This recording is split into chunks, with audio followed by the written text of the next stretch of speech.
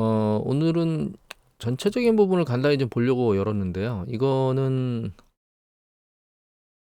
이 파란색 있죠? 여기 S&P 500 지수고 이 하늘색이 우리나라 코스피입니다. 그다음에 이 빨간색이 이게 닥스고요. 그다음에 이 노란색이 상해 지수거든요.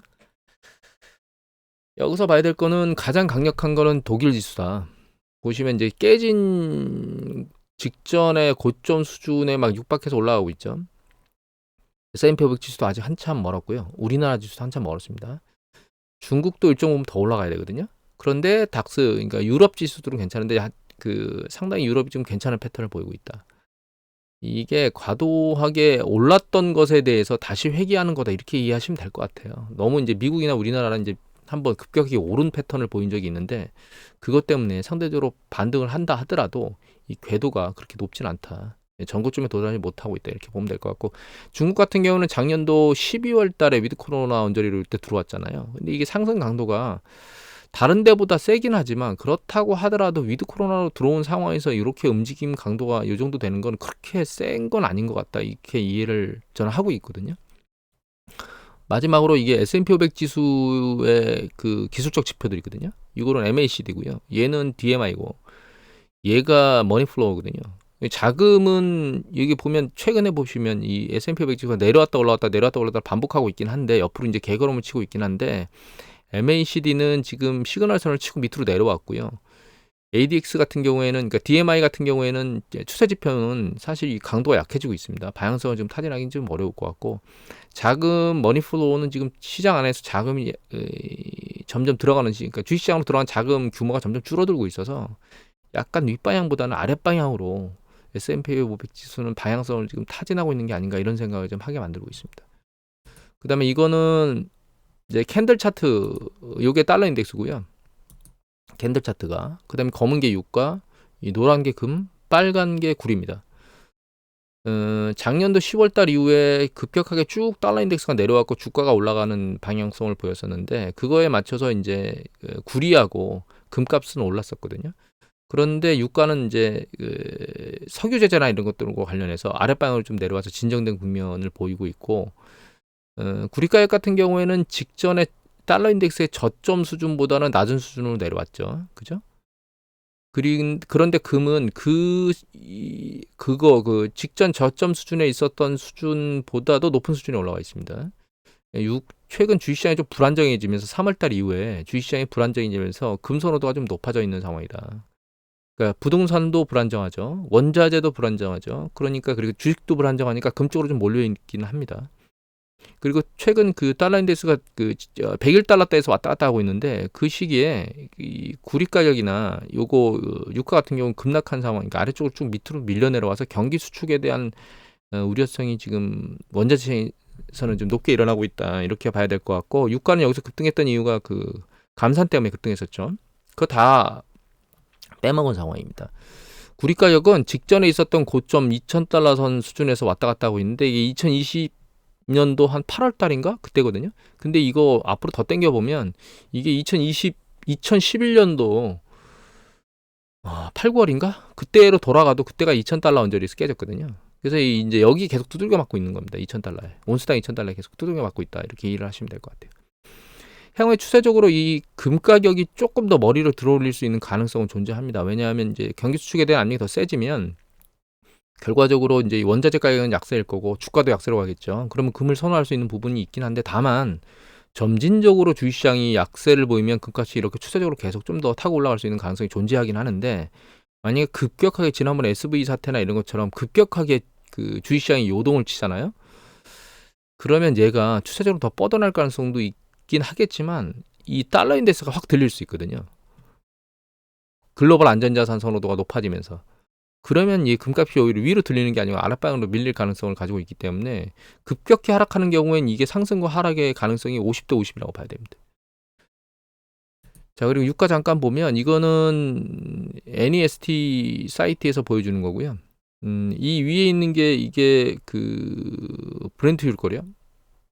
네, 이 밑에 있는 게 우랄, 그러니까 러시아산 석유인데 작년 하반기 올 초에 캡을 씌웠죠 아마.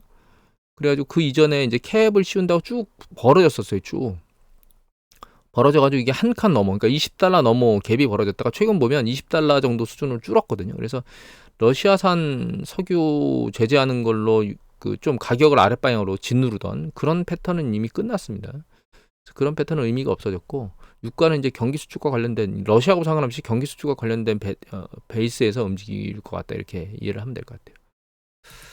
이거는 미국의 노동시장이거든요. 미국의 노동시장의 이게 참여율인데, 그 경제 가능 인구 중, 미국의 경제 그 활동 가능 인구 중에서 그 그러니까 경제 활동 인구로 잡히는 것, 실업자든 아니면 그 고용자든 간에 경제 활동 인구 안에 잡히고 있는 사람들인데, 그 참여율이 아직은 과거 코로나 팬데믹 터지기 전에 밑단에 있기 때문에 조금 더 올라갈 수 있는 여력은 있습니다. 즉, 그 추가적으로 고용이나 이런 것들이 더 늘어날 수 있는 부분들은 존재하거든요.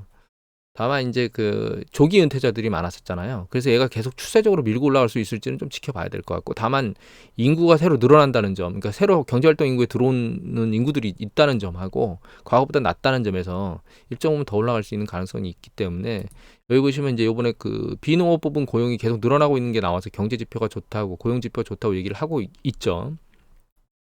다만 밑에 있는 빨간 거는 그 신규 실업상 청구 건수 4주 이동평균선이거든요. 얘는 이미 바닥을 찍고 바닥을 올리고 있는 상황입니다. 그리고 요 밑에 있는 건 뭐냐면 계속적으로 실업을 청구하는 숫자예요. 신규 실업수당 청구 건수는 처음에 이제 실업 되자마자 신청하는 거고, 얘는 그 다음에 계속 신청하는 숫자거든요. 추세적으로 늘어나고 있죠. 약간 지금 궤도가 이제 올라가는 궤도가 꺾이긴 했는데, 이제 옆으로 개걸음을 치고 있긴 한데, 전체 추세는 지금 윗방향으로 잡고 있는 상황인데, 이거를 왜 보여드리냐면, 이게 너무 높으니까 확 올라갔던 데를 빼고 제가 과거 데이터를 이렇게 보여드리면, 좀 당겨볼게요. 이렇게 보여드리면 한번 이렇게 그 고용 숫자가 전체 고용 숫자가 늘어나도 이 신규 실업수당 청구 건수하고 여기 있는 그 계속 수당 청구, 계속 실업수당을 청구하는 숫자가 계속 늘어나잖아요.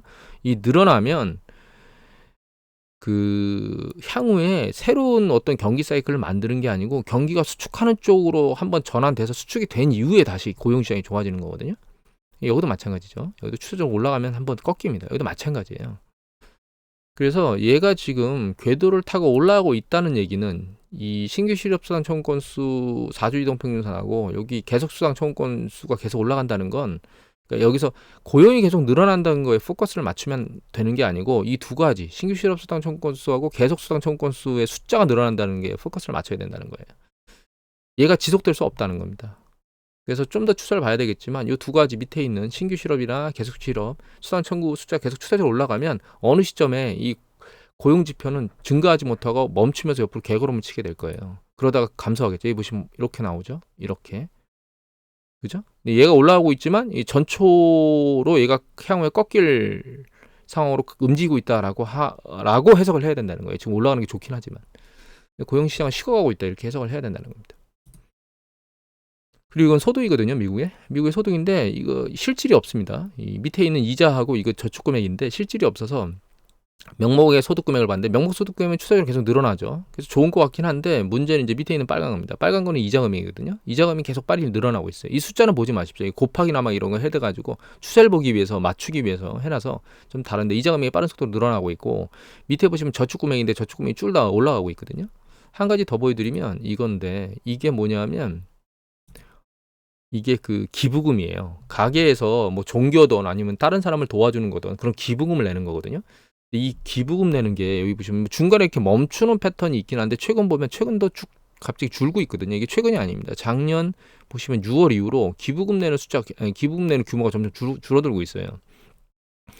근데 이 데이터들을 보면 우리가 이렇게 이해를 할 수는 있는 거거든요. 개인 소득이 늘어나고 있긴 하지만 명목 소득이 이자 금액도 좀 부담스럽게 늘어나고 있고, 그러니까 어떤 가정에서는 야, 이거 향후에 이자 내는 거나 이런 게 지금 너무 버거우니까 향후를 위해서 일정 부분 저축을 좀 해놔야 되겠다라고 해서 저축을 하는 사람이 늘어날 수 있고, 그런 과정에 야, 이거 우리도 힘든데 기부금을 이거 내야 되겠어라고 해서 이 기부금도 줄이는 사람이 있을 수 있는 패턴으로 해석할 수 있다는 거예요. 이 부분에서 해결될 수 있는 거는 사실 지금 시점에서 움직이려면 이 급여가 계속 늘어나는 거하고요. 그다음에 이자 금액이 주는 건데, 이자 금액이 준다는 얘기는 대출을 상환해야 되는 거잖아요. 이거 녹록치 않은 거죠. 기준금리를 내려서 금리 인하를 단행하는 거가 가장 좋은 방법인데, 그거는 지금 쉽지 않다라고 얘기들을 하고 있기 때문에 결과적으로는 가계에서 느끼는 부담은 지속적으로 일정 부분 계속 갈 수밖에 없다. 그리고 지금 지난번에도 보여드렸지만 코어 PC나 코어 CPI가 이 상대적으로 내놓은 강도가 멈췄거든요. 그러니까 한동안은 이 생활비 부담이 계속 가계를 짓누를 것이다. 이런 쪽으로 우리가 생각을 해야 될 것 같아요. 미국은 가계 소비가 중요하기 때문에 이 부분을 지금 들여다본 거고요. 그 다음에 요게 미국의 이제 상업 부동산 대출 자산, 그러니까 총 자산하고 그 다음에 이게 상업 부동산에 사람들이 예금하는 예금 금액, 요게 상업 부동산이 대출해 준 거 말하는 거거든요. 근데 사실 총 자산은 이 파란 추세를 보시면 일반적으로는 추세적으로 그냥 올라가요. 이렇게 중간에 약간 경기 수축이 진입된 다음에 이제 약간 멈추는 부분, 이런 부분이 있는데 최근 보면 올라가는 강도 약간 줄었죠. 잘 보시면 이 올라가는 각도가 약간 줄어들고 있습니다. 그죠? 그 다음에 이건 예금이거든요. 은행에다가 일반인들이 예금하는 규모가 점점 좀 줄고 있습니다. 전체 예금 규모가. 이거는 대출인데 대출 규모가 급격히 늘어났다가 지금 늘어나는 강도가 살짝 줄거든요. 요걸 전년 동기 대비 증감률로 보면 훨씬 더 눈에 잘 들어오니까 그걸로 좀 바꿔보겠습니다. 자, 이게 전년 동기 대비 증감률을 바꾼 거거든요. 근데 전년 동기 대비 증감률을 보면 추세적으로 이가 아랫방향으로 움직이고 있죠.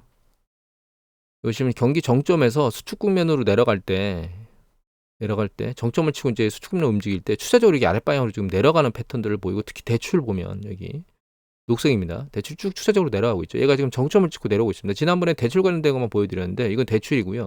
이 빨간 게 예금입니다. 예금이 이렇게까지 빠진 적이 없는데 상당히 많이 빠졌습니다. 지금 마이너스로 들어가 있는 상태거든요. 은행이 예금이 쭉 빠져. 지금 MMF가 많이 늘어나고 있다 뭐 이런 얘기들을 하고 있는데 MMF 총계치를 보면 사실 옆으로 개걸음을 치고 있긴 합니다. 그래서 이 자금이 어디로 이탈했는지는 저도 잘 모르겠습니다. 사실은. 예금 규모가 전년 동기 대비 감소하고 있는 게 참 특이하기도 하고, 이거 보면 이거 같은 경우에는 은행의 전체 자산 규모인데 전체 자산 규모는 이제 마이너스로 진입하지는 않았지만 바닥에 지금 붙어 있는 상황이기 때문에 은행에서 행동하고 있는 액션으로 놓고 보면 상황이 그렇게 녹록하지는 않은 것 같다, 이런 생각이 들어요. 경기 사이클을 예측할 때 보면 지금 정점에서 꺼지고 있는 거 아닌가, 이게 정점에서 둔화 국면을 쭉 움직이고 있는 패턴이 아닌가, 이렇게 제가 생각을 하게 만들거든요. 추가적으로 이게 미국의 대출 기준입니다. 대출 기준은 계속 타이트하게 하고 있고, 다만 여기 보시면 파란 게 살짝 내려왔는데 이게 소비자 대출이거든요. 소비자 신용 대출인데 그거는 약간 강화 강도가 줄긴 했지만 전체적으로는 강화 강도가 세지고 있습니다. 지금 계속. 이거는 수요거든요. 자금 수요. 자금 수요는 전 영역에서 전부 다 깨지고 있어요. 전 영역 전부 다. 그러니까 기업, 가게 모두 다 깨지고 있습니다. 지금. 수요가 없다는 거죠. 요거는 유럽입니다. 이거 22 데이터인데요. 기준은 미국처럼 기준은 강화되고 있습니다. 1분기 꽤 나왔네요. 살짝 강화 강도가 줄어들긴 했는데 추세적으로는 지금 강화 패턴을 계속 보이고 있고, 수요는 보시면 1분기 나왔네요. 수요는 계속 감소하고 있습니다. 그러니까 미국과 마찬가지로 대출 기준은 강화 패턴을 아직까지 유지하고 있고 수요는 급격히 줄어들고 있다는 뜻이죠. 그러니까 대출을 받으려고 하는 수요는 작아지고 있다는 거예요. 은행에서 기준은 강화하고 있고. 이거는 중국이거든요. 중국 같은 경우는 저런 패턴으로 나오지는 않고요. 경제 자체로 놓고 보면 위드 코로나 가면서 급격히 좀 괜찮아지고 있는 패턴으로 보이고 있고, 그 다음에 은행의 이익 측면에서 놓고 보면 이익 측면은 괜찮아지고 있다, 개선되고 있다, 이렇게 보면 될 것 같고, 자금 수요도 급격히 늘어났습니다. 위드 코로나 가면서.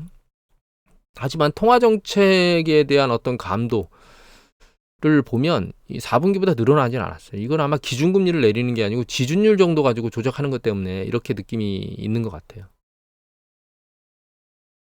그래서 대출이라고 하는 관점에서 놓고 보면 아직 신용 지역에서는 이게 훈풍이 불고 있는 지역은 중국 지역 정도이고, 유럽과 미국은 그렇지 않고 훈풍뿐만 아니라 수요도 약간 위축되어 있는 상황이다, 이렇게 우리가 이해를 해야 될 것 같습니다. 그리고 경제 부분에서, 실물 경제 부분에서 놓고 보면 이게 PMI 지수 중에 제조 PMI거든요. 이거는 매크로 마이크로 데이터입니다. 전체 데이터 쭉 나와 있는데 4월달 보면 파란색이 많으면 이게 수축 국면에 있는 거거든요. 대부분이 다 파란색이에요. 그리고 이제 짙어지는, 파란색이 보이는 부분은 짙어지는 쪽으로 지금 가고 있는 패턴이고요. 그나마 빨간색은 이제 확장이거든요. 확장이 이제 강도가 세지는 거는 몇 군데 안 됩니다. 여기 보시면 이게 인디아고요. 인도고. 그 다음에 밑에가 타일랜드거든요. 이 두 가지 지역 말고는 이게 뜨거웠던 것도 약간씩 줄어들고 있는 감도가. 다만 이건 서비스업 지수입니다. 서비스업 지수는 잘 버티고 있어요, 글로벌이. 그래서 이게 두 가지가 혼재돼 있다. 서비스업하고 얘하고. 그래서 이제 서비스업이 지금 글로벌 경제를 떠받치고 있다. 이렇게 이해하시면 될 것 같아요. 그리고 요거 PMI 지수는 이거 구매 담당자한테 묻는 거잖아요. 요거는 이제 개인들한테 묻는 건데, 미국의 이건 어드바이저 퍼스펙티브에 나온 데이터입니다. 이거는 이제 미국의 대표적인 게 미시건 심리 지수거든요. 요거 반등해서 이제 올라가고 있고요. 다만 이제 과거에 비하면 이 심리 지수 자체는 낮은 수준에 있는 편이에요. 높은 게 아니고. 반등했다는 게 일단 의미가 일정 부분 있는 거죠. 하지만 얘는 컨퍼런스 보드거든요. 컨퍼런스 보드는 지금 반등을 하긴 했는데 월일을 드는 강도가 굉장히 낮아지고 최근 2개월인가 3개월 연속 내려오고 있습니다. 사실 심리 지수가. 그다음에 이거는 미국의 자영업자들 심리 지수거든요. 바닥에서 올라오지 못하고 있습니다, 지금. 그리고 컨퍼런스 보드 좀 전에 봤던 이게 올라가는 패턴 살짝 이제 들고 올라가는 패턴처럼 보이기는 하는데 이거는 컨퍼런스 보드입니다. 이거 세부적으로 보면 어떻게 되어 있냐면 이 두 가지가 혼합돼서 나오는 거거든요. 심리 지수가. 이게 현재 상황이고 현재 상황은 잘 버티고 있는데 기대치는 계속 빠지고 있습니다, 지금. 이 기대치거든요, 빨간 게. 그러니까 미국의 소비자 심리 지수는 그렇게 녹록지는 않다. 서비스업 지수에서 또 보면 여기 미국의 서비스업 PMI 지수거든요. 보시면 55까지 작년 12월 달에 49. 그러니까 작년 눈 많이 내리고 상당히 많이 추워가지고 사망사고도 나오고 그랬었잖아요. 그래서 그 활동이 쭉 줄면서 급격히 줄었다가 1월 달에 급격히 늘어나고 2월 달도 버텼는데 3월 달에서 급상했거든요. 4월 달에 강도가 상승도 그렇게 세질 않아요. 그래서 미국의 서비스업은 약간 식어가고 있는 거 아니야 이런 느낌이 살짝 들고 있는 패턴을 보이고 있긴 합니다. 이제 글로벌 전체가 괜찮은 패턴으로 움직이고 있고 특히 유럽 같은 경우에는 시간이 지나면 지날수록 강도가 서비스업 강도 지수에 대한 PMI 지수가 괜찮아지고 있거든요. 근데 미국은 그렇지 않을 수도 있겠다라는 생각을 들게 만드는. 왜 근데 그게 중요하냐? 경제 규모가 크잖아요. 그리고 요거는 좀 전에 이제 미국 거 심리지수를 본 거고 이거는 이제 유럽이거든요. 유럽의 ESI인데 ESI는 BSI하고 CSI를 합한 거예요. 그러니까 기업 소비자 심리지수하고 개인 소비자 가계 소비 심리지수 합한 거거든요. 근데 그 ESI 지수는 지금 올라가지는 않고 있습니다. 97대까지 들렸다가 옆으로 개걸음치고 있거든요. 그리고 이제 이건 고용에 대한 심리지수인데 고용 심리지수는 지금 아랫방향으로 내려오고 있어요. 그러니까 유럽이 전체적으로 보면 심리지수가 좋긴 한데 서비스 PMI 지수만 좋은 거죠. ESI와 PSI를 그러니까 BSI와 CSI를 합한 것들로 강도가 올라가지 않고 있고 고용 지표에 대한 심리지수도 약화되고 있기 때문에 이것도 튼튼하게 잘 받치고 있는 거냐 심리를 그렇지는 않다라고 보이는 겁니다. 중국은 그냥 소비자 심리지수를 보면 이게 쭉 올라오면서 위드 코로나 들어가면서 상당히 취약했던 게 개선이 되긴 했거든요. 근데 이 수준은 상당히 과거를 보면 낮은 수준이에요. 보시면 여기 와 있는 겁니다. 개선이 됐는데도 백 아래에 있고 요 밑에 있으면서 과거에 비해서 훨씬 더 낮은 수준에 있고 강도가 최근 멈추고 있는 거예요. 이게 2월 이게 3월이잖아요. 올라가는 강도가 멈추고 있습니다. 사실은.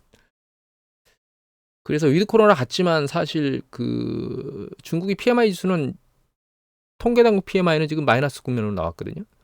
그리고 마켓에서 나오는 PMI 지수는 괜찮지만 그렇지 않는 패턴으로 지금 넘어가 있어서 중국도 사실 위드 코로나 같지만 심적인 욕구는 그렇게 해피한 건 아니다. 이렇게 이해를 해야 될 것 같아요. 이게 우리나라입니다. 우리나라도 여기 보시면 ESI인데 BSI고 CSI가 아니고 ESI를 보는 이유가 여기 보시면 이게 전망들이거든요. 그러니까 향후의 미래에 대한 전망치를 보는 거기 때문에 ESI가 좀 더 중요한데 BSI나 CSI를 보는 것보다 최근 매월 나오는 추세는 바닥을 찍고 올라가고 있긴 합니다. 올라가고 있는데 이 파란색이 이동평균선이거든요. 이동평균선은 추세적으로 내려가고 있어서 아직 이게 완전히 개선돼서 움직이는 건지는 확정 지을 수 없는 상황이에요. 일시적인 변동성일 수 있다는 거죠. 그래서 우리나라도 심리지수가 개선되고 있는 것 같긴 하지만 아직 추세적으로 전환된 건 아니다. 그렇게 이해해야 될 것 같아요. 이 심리지수를 정리해보면 녹록치는 않다.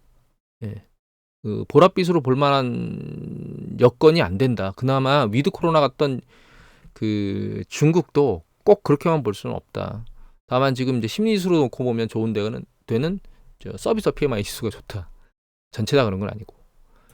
그리고 이제 문제는 이런 상황을 보면 전체적으로는 지금 다 혼합되어 있는 상황으로 움직이고 있는데 서비스 PMI 지수가 잘 버텨주고 있는 거고, 미국에는 고용 지표나 이제 글로벌에도 이제 고용 지표가 일반적으로는 괜찮은 패턴으로 움직이고 있기 때문에 경제는 사실 이제 회색 지대 안에 있는 거죠.